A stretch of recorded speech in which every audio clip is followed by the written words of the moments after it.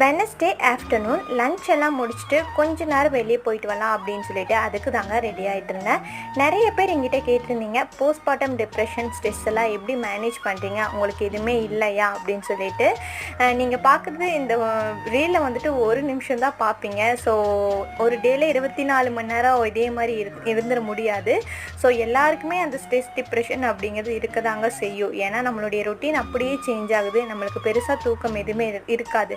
So கண்டிப்பாக ஸ்ட்ரெஸ்ஸுங்கிறது இருக்கும். நான் எப்படி மேனேஜ் பண்ணுவேன்னா, நான் மோஸ்ட்லி வீட்டுக்குள்ளேயே அலைஞ்சிருக்க மாட்டேங்க. என்னால் எவ்வளோ நேரம் வீட்டுக்கு வெளியே எவ்வளோ நேரம் டைம் ஸ்பெண்ட் பண்ண முடியுமோ அவ்வளோ நேரம் நான் பண்ணுவேன்.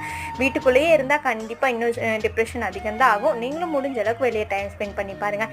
இன்றைக்கி நான் வியர் பண்ணியிருக்கேன் இந்த ஃபீடிங் மேக்ஸி பார்த்துட்டிங்கன்னா மெல்லிலே அப்படிங்கிற இன்ஸ்டாகிராம் பேஜ்லேருந்து வாங்கியிருந்தேன். One of the most favourite என்னோட மேக்ஸின்னு சொல்லலாங்க.